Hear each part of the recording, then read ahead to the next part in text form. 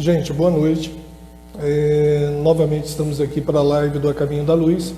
Em nome da diretoria do centro, eu gostaria de agradecer a participação de todo mundo, o pessoal que está acompanhando.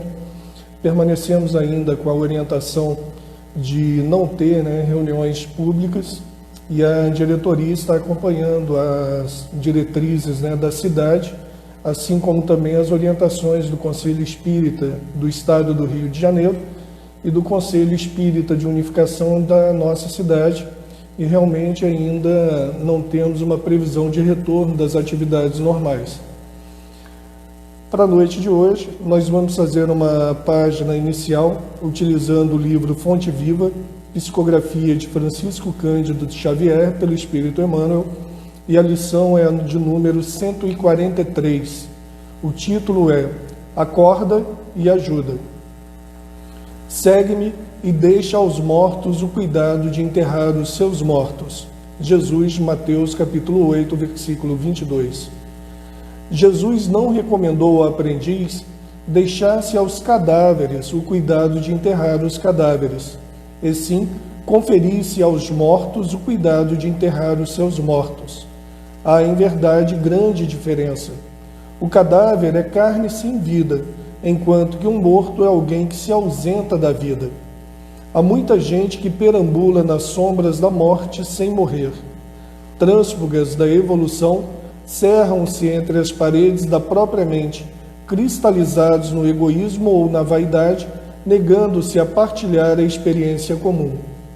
Mergulham-se em sepulcros de ouro, de vício, de amargura e ilusão. Se vitimados pela tentação da riqueza, moram em túmulos de cifrões. Se derrotados pelos hábitos perniciosos, encarceram-se em grades de sombra.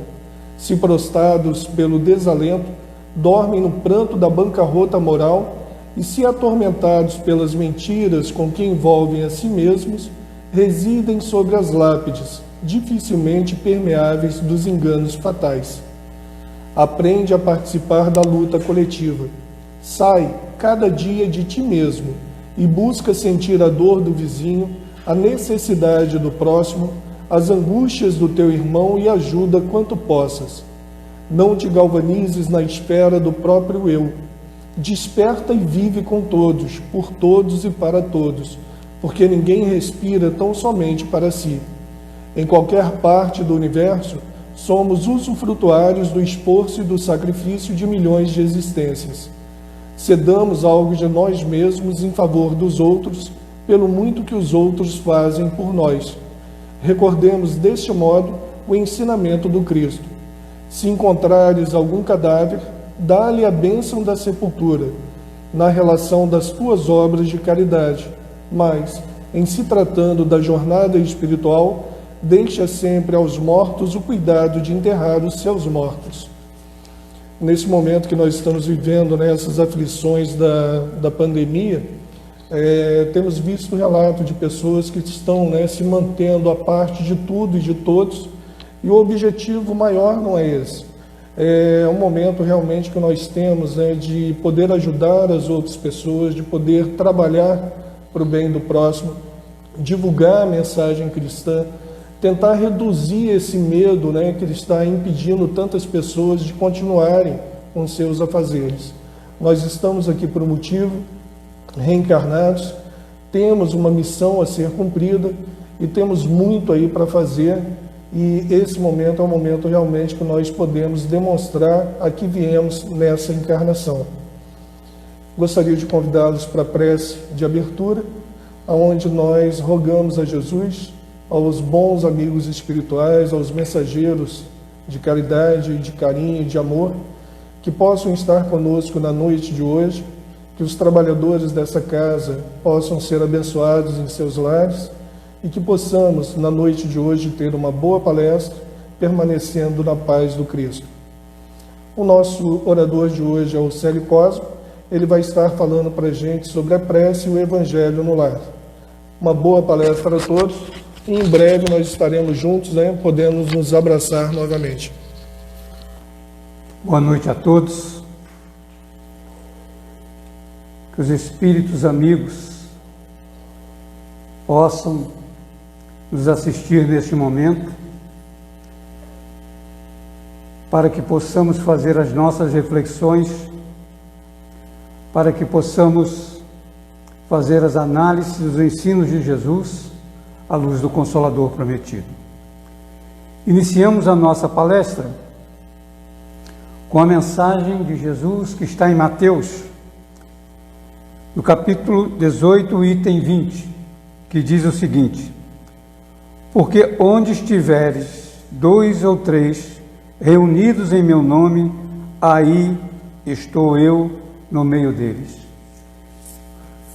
Jesus nos fala que Ele está junto de nós. Em qualquer situação existencial, Ele vai estar junto de nós. E é importante que nós tenhamos realmente essa informação como uma informação verdadeira. A pergunta é: quem são esses 2 ou 3 ou mais que nós temos ao nosso lado no quadro familiar? Quantos estão ao nosso lado reencarnado que não sabemos quem são? Mas, se nós buscarmos as informações dentro dos ensinos da codificação, nós podemos fazer uma avaliação das nossas companhias familiares. E nós iniciamos no livro Jesus, Luz no Lar, pelo Espírito Emmanuel, que nos diz a seguinte informação. Item 49, título, Em Casa. Emmanuel nos diz: ninguém foge à lei da reencarnação. Ontem atraiçoamos a confiança de um companheiro, induzindo-o à derrocada moral. Hoje guardamos na condição de parente difícil que nos pede sacrifício incessante. Continua Emmanuel. Ontem abandonamos a jovem que nos amava, inclinando-a ao mergulho na lagoa do vício.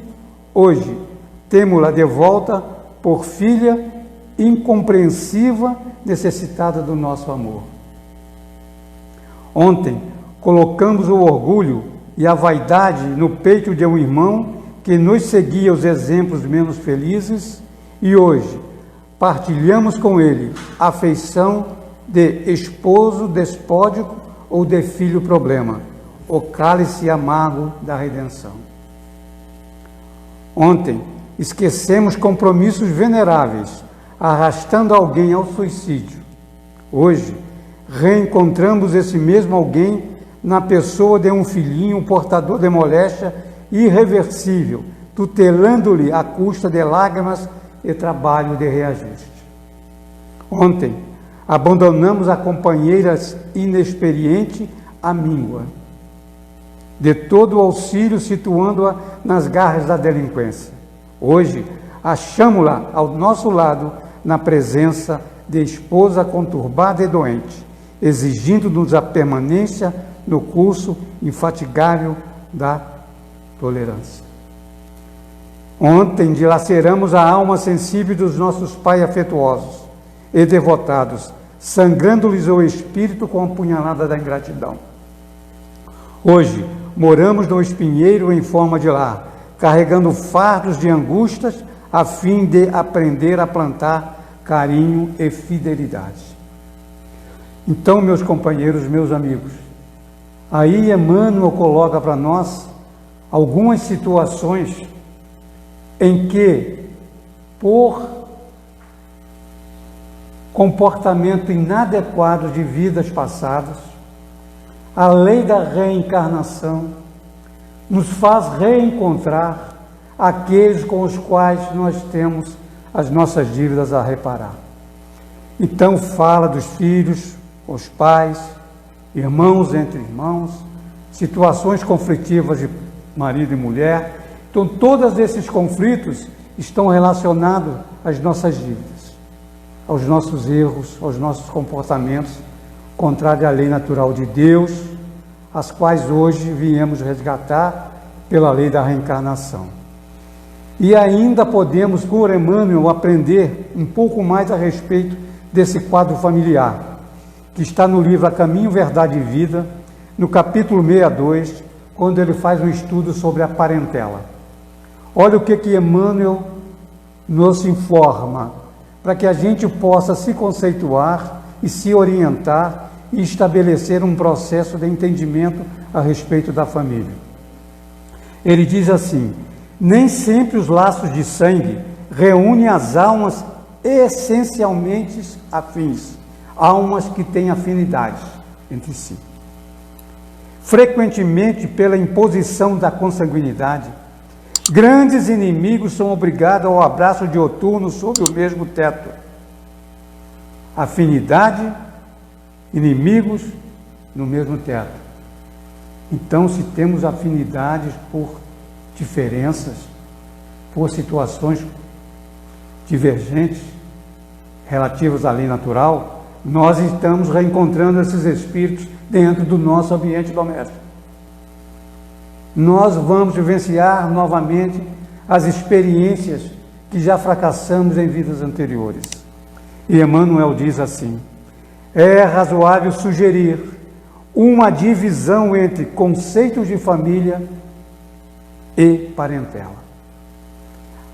O primeiro, a família, constituiria o símbolo dos laços eternos de amor. O segundo, a parentela, significaria o cadinho de lutas, por vezes acerbas, em que devemos diluir as imperfeições dos sentimentos, fundindo-se na liga divina do amor para a eternidade. Completa Emmanuel de forma reflexiva profunda. A família não seria a parentela, mas a parentela converter-seria mais tarde nas santas expressões da família. Então Emmanuel confirma uma situação muito interessante. Recordemos tal conceito, a fim de acordar a vigilância dos companheiros menos avisados. Reflexão, análise, somos mais parentela do que família. Família consolida laços de afetos. Parentela, nós vamos vivenciar no cadinho efervescente da purificação da consanguinidade a nossa necessidade de aprimoramento. Como aqueles com quem convivemos, aqueles aonde com Jesus nós iremos nos fortalecer. Por isso, o estudo da prece, o estudo do Evangelho no lar, o porquê do Evangelho e da prece, que vão conciliar, vão nos trazer as informações para que nós possamos vivenciar uma situação conflitiva, sim, mas com o entendimento do Consolador prometido. E esse Consolador nos traz no Evangelho segundo o Espiritismo, no capítulo 17, quando nos fala, no capítulo 27, perdão, quando nos fala no tema Pedi e obtereis, e nós vamos encontrar. A prece é uma invocação, quer dizer, implorar proteção, mediante a qual o homem entra pelo pensamento em comunicação com o ser a quem se dirige. Então a prece é uma súplica, é um pedido de socorro, e é feito pelo um processo mental, nos ligando a quem nós nos dirigimos. A palavra importante aqui a respeito da nossa prece, da invocação, que é o pensamento. Diz ainda o Consolador prometido: o Espiritismo torna compreensível a ação da prece, explicando o modo de transmissão do pensamento. Então, a prece tem a sua ação na transmissão do pensamento. E nós vamos aprender isso no Evangelho. Continua o Consolador prometido. A energia da corrente, a energia da transmissão do pensamento, guarda a proporção com a do pensamento e a vontade. Outra palavra, vontade.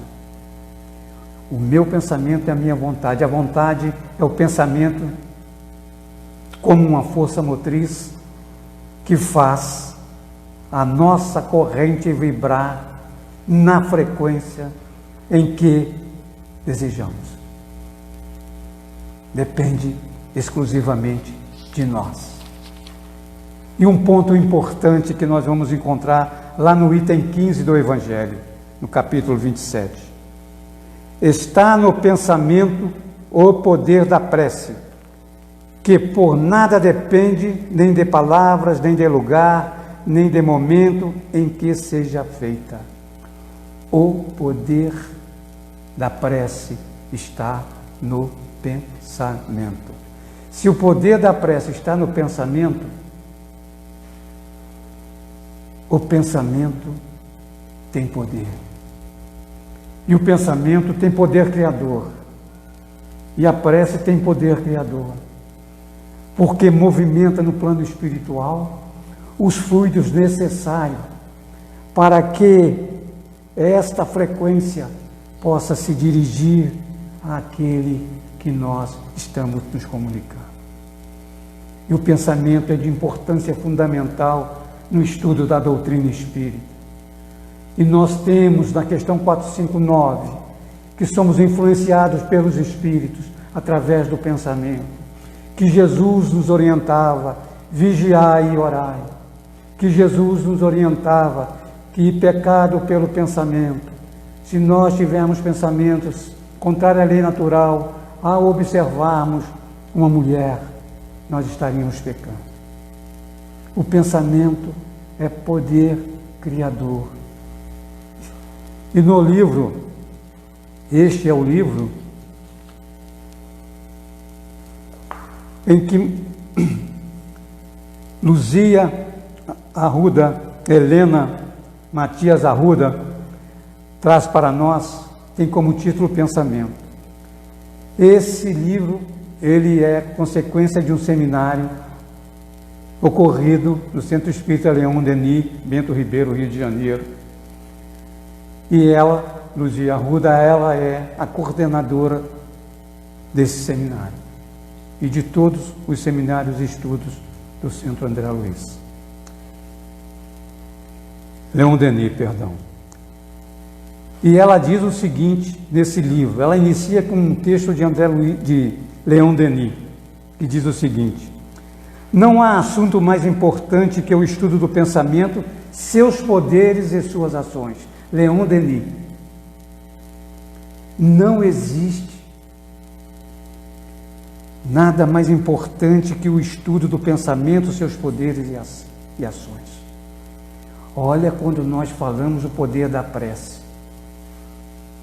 As ações que podem ser consequência de uma prece feita com vontade, com intenção, projetada na frequência da lei de harmonia universal. E ela diz ainda, a importância do pensamento é chegado o momento de respondermos a nós mesmos o que fazemos dos nossos pensamentos. Somos espíritas, sabemos dessas informações do pensamento, mas vamos responder agora essa pergunta que ela nos faz. Em que aplicamos normalmente o nosso pensamento? Em que pensamos habitualmente? Qual a qualidade do que pensamos rotineiramente no lar, no trabalho, na rua? Como foram os nossos pensamentos hoje quando nós acordamos? Nós pensamos em agradecer a Deus, em agradecer a Deus pela vida, ou pegamos ou fomos direto para o WhatsApp. Ao dormir, nós oramos a Deus nas nossas dificuldades dentro do campo doméstico. Nós fazemos vibrações nas nossas orações diárias. Aqueles que estão desencarnando e estão presos aos leitos pelo coronavírus. Os nossos cultos do Evangelho no lar. Nós estamos fazendo comunhão de pensamento durante a prece, pai, mãe, filhos. O espírita tem o conhecimento e é necessário que a gente pratique esses conhecimentos.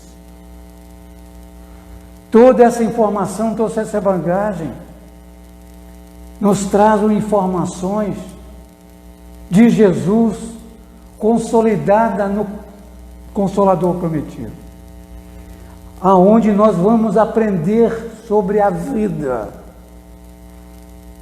e mais ainda aprender a conviver com a vida, com as pessoas, com os espíritos. Por isso aprendemos sobre o pensamento, porque o pensamento é tudo. E Luzia Arruda ainda coloca para nós exemplos importantíssimos para que possamos desenvolver a nossa potencialidade. Ela diz assim: o pensamento é criador. Tudo que se cria nos pensamentos é uma realidade no mundo espiritual. Nós aprendemos isso quando estudamos fluidos na Gênesis. A imagem, ela é real no plano espiritual. E quando você trabalha com a intenção, a vontade, dentro do amor, da paciência, da tolerância, da compreensão do outro, você vai conseguir o seu objetivo. Por isso a gente sempre diz: tudo que se cria na mente torna-se uma realidade no plano espiritual e, por consequência, no plano material. O pensamento se propaga pelo fluido cósmico universal, como a nossa voz se propaga pelo ar. Podemos também informar, ela nos diz, o pensamento atua sobre nós mesmos. Então, quando eu faço a minha prece, trabalho o meu pensamento, a imagem, ideação, numa frequência elevada de amor, eu vou me conectar na frequência dos espíritos mais elevados, conquistando aquilo que eu necessito ao meu espírito para me harmonizar, para me reequilibrar, para me estruturar. E assim nós podemos fazer durante o culto do Evangelho no lar, na prece inicial, na prece final, no momento das vibrações, criar um clima onde esses espíritos que vão poder nos ajudar, ajudar os nossos familiares a compreender e a entender que é com Jesus que nós vamos conseguir realmente caminhar nesta vida e nas outras vidas. Por isso, ao chegarmos ao culto do Evangelho no lar, nós vamos aprender no livro Psicosfera de Cícero Marcos Teixeira, que ele fala de reflexões, espiritismo e ciência.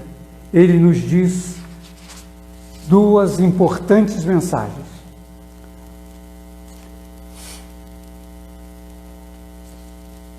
Diz assim: quando a família se reúne sistematicamente para a realização do estudo do Evangelho, procurando refletir sentimento, pensamento e ação sobre o conteúdo das mensagens educativas nele contido, estabelece-se um campo de energia mediante o qual as íntimas relações harmônicas entre os amigos e benfeitores espirituais desencarnados podem se fazer presentes com maior felicidade, atuando em benefício de todos nós.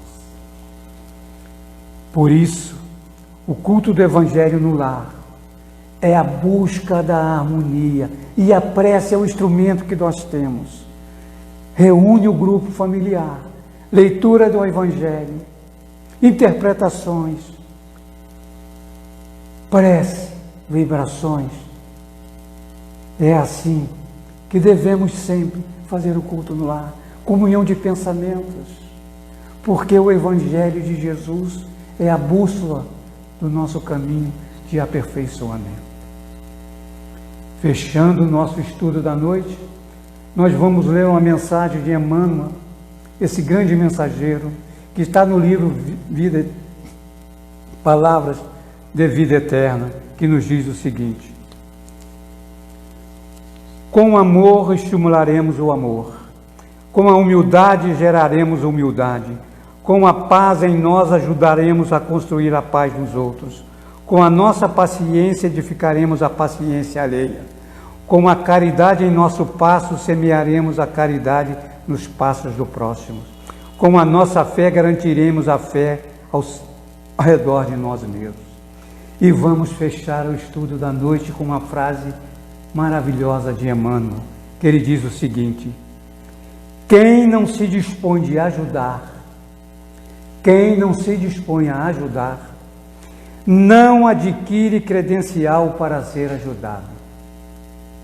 Na família, essa frase é para ser escrita e colocada onde todos possam ler. Diz assim: quem não se dispõe a ajudar, não adquire a credencial para ser ajudado. E assim, com essa frase tão significativa para o nosso estudo, nós vamos encerrá-lo, agradecendo a todos que participaram conosco desse estudo.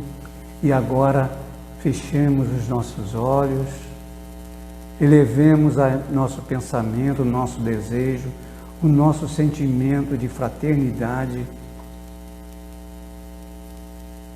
à imagem do Mestre Jesus. E oremos. Mestre querido, és a luz a iluminar os nossos caminhos.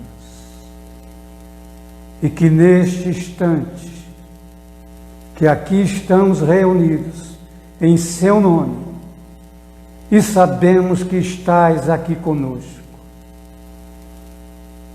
e nós, ainda necessitados de vossa presença no nosso ambiente doméstico, rogamos-te força, coragem, paciência, tolerância e compreensão,